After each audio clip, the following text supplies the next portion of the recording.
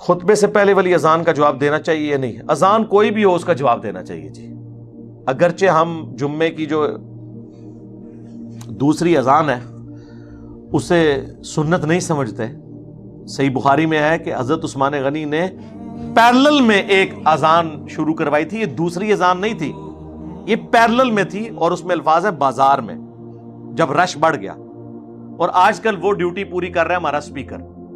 لہٰذا یہ جو بریلوی اور دیوبندی مسجد کے اندر جمعے کی 2 اذانیں دیتے ہیں, نہ یہ نبی علیہ السلام نے دی, نہ حضرت ابوبکر نے, نہ حضرت عمر نے, نہ حضرت عثمان نے, نہ حضرت علی نے. حضرت عثمان پہ بھی جو جھوٹ باندھا ہے وہ بخاری کھول کے تو پڑھے کہ حضرت عثمان نے بازار میں پیرلل میں دوسری اذان شروع کی تھی تاکہ بازار کے لوگوں کو پتہ چل جائے کہ بھی نماز کا ٹائم ہو گیا. ہر بندے کے پاس تو گھڑی نہیں تھی نا, موبائل الارم تو نہیں تھے نا. تو حنفیوں نے اگر اذان دینی ہے تو بازار میں دوسری اذان دیں, مسجد میں ایک ہی اذان ہے. اور وہ اذان وہ ہے جب خطیب آ کے ممبر پہ بیٹھتا ہے اس وقت. البتہ اب جب اذانیں ہو رہی ہیں تو ٹھیک ہے, اذان کا جواب آپ دے لیں. کسی ایک اذان کا جواب ایک وقت میں, عام نمازوں میں بھی آپ دیکھتے ہیں کتنی اذانیں ہیں, لوگ پوچھتے ہیں کس کس کا جواب دیں. ایک کا کافی ہے بھائی. اور اذان کا پریکٹیکل جواب بھی دینا ہے, یعنی نماز پڑھنی ہے. یہ نہیں کہ آپ نے کلمات کا ہی ریپیٹ کر دیا ہے. اذان کا جواب یہ نہیں ہوتا. اور صحابہ میں ہی محاورتاً ہوتا تھا, جس طرح سنن کبریٰ البیہقی میں موجود ہے. عبداللہ بن عمر کہتے ہیں جب تک خوارج کی مساجد سے حی علی الصلاح حی علی الفلاح کی آواز آئے گی ہم ان کی اذان کا جواب بھی دیں گے, اور جب ہمیں سلام کریں گے ہم سلام کا بھی جواب دیں گے. لیکن جب وہ ہمیں کہیں گے ہم اپنے بھائیوں کو قتل کریں تو ہم ان کو قتل نہیں کریں گے, اس معاملے میں ہم ان کے ساتھ نہیں دیں گے. اور وہ خوشبیہ کے پیچھے, یعنی مختار سقفی کے فالورز کے پیچھے بھی نماز پڑھ لیا کرتے تھے. سنن کبریٰ البیہقی میں موجود ہے. تو وہاں آپ ترجمہ کرتے ہوئے دیکھیں, وہ جب وہ ترجمہ کریں گے نا تو لوگ بریکٹ میں لکھتے ہیں یعنی ہم ان کے پیچھے نماز پڑھیں گے. یعنی صحابہ کے زمانے میں اگر وہ کہتا تھا نا میں اس کی اذان کا جواب دوں گا تو مراد یہ کہ میں اس کے پیچھے نماز پڑھوں گا. سمجھ آئی؟ لبیک یہ نہیں ہے کہ صرف وہ کریں گے. ویسے تو اعلیٰ حضرت تو کہتے ہیں کہ بد مذہبوں کی اذان کا جواب بھی نہیں دینا. احکام شریعت میں انہوں نے کہا صرف نبی علیہ السلام کے نام پہ صلی اللہ علیہ وآلہ وسلم کہنا ہے. اذان بھی ان کی نماز اور جماعت کی طرح باطل ہے. اذان کا جواب بھی نہیں ان کے نزدیک بنتا. ہمارے نزدیک کوئی بھی اذان دے رہا ہے آپ اس کا جواب دیں. ٹھیک ہے, آپ تو اللہ اور اس کے رسول کو پروٹوکول دے رہے ہیں نا, عز و جل و صلی اللہ علیہ وآلہ وسلم. دوسرا یہ بات پتہ چلی کہ اگر عبداللہ ابن عمر خوارج کے پیچھے نماز پڑھتے تھے تو مراد خوارج کو مسلمان سمجھتے تھے. اگرچہ صحابہ کی تکفیر کرتے تھے خوارج, صحابہ کو خوارج کہہ رہے ہیں کافر, اور صحابہ ان کے پیچھے نمازیں پڑھ رہے ہیں. تو آج اگر کوئی صحابہ کے بارے میں بکواس کرتا ہے تو آپ اس کی علمی اصلاح کریں, نماز کے پیچھے آپ پڑھیں گے. پریکٹیکلی ہے نا. زیادہ سینسٹیو ایشو تو اس زمانے میں ہونا چاہیے تھا جب مولا علی کو منہ پہ کافر کہہ رہے ہیں, اور مولا علی کہہ رہے ہیں ہمارے بھائی ہیں, انہوں نے بغاوت کر دی ہے ہمارے بھائی ہیں. جی مصنف ابن ابی شیبہ میں موجود ہے. پوچھا گیا منافق ہے, کہا نہیں منافق تو بڑی تھوڑا ذکر کرتے ہیں, قرآن میں آیا ہے, اللہ نے فرمایا ہے. یار اتنا منہ سے مزاج آدمی کہ اپنے مخالف کے حق میں قرآن سے دلیل دے رہا ہے کہ یار میرا مخالف ہے لیکن منافق نہیں ہے, کیونکہ میرے اللہ نے کہا ہے کہ منافق بڑا تھوڑا ذکر کرتے ہیں, ان کی نمازیں بڑی لمبی ہیں.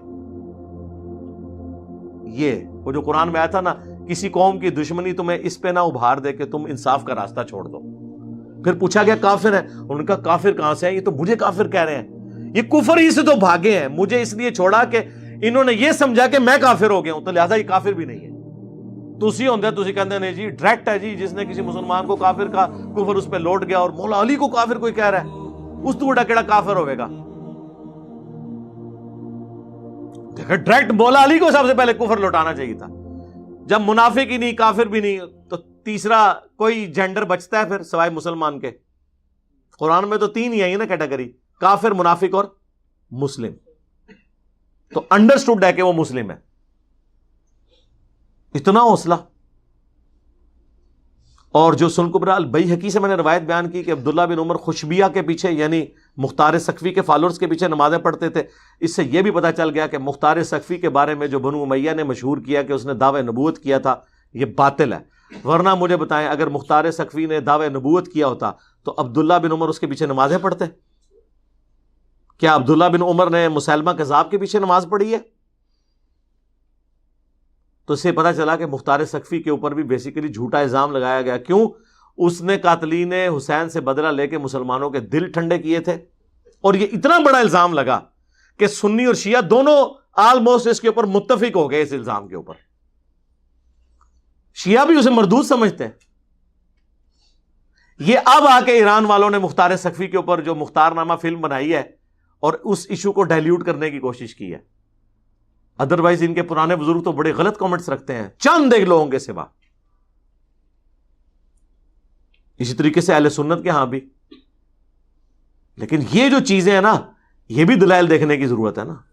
اور جو روایتیں پیش کر کے آتے ہیں وہ بھی ساری امبیگوس روایتیں ہیں, اکثر تو ضعیف ہیں. واضح تو دعوی نبوت کہیں بھی نہیں ملتا کہ اس نے دعوی نبوت کیا وہ ہو. بس بدنام کر دیتے. چھوڑ دیں, میرے بارے میں انہوں نے جناب دعوی نبوت لگائے ہوئے, میری تو ویڈیوز بھی موجود ہے. چھڑ دو انہوں تے مختار سقفی نو, کدے منو قادیانی کہہ دینے, کدے کہہ دینے اس نے دعوی نبوت کر دیا ہے. یہ آپ نے دیکھا نہیں کہ یہ ایک ویڈیوز چڑھی ہوئی ہے میرے بارے میں.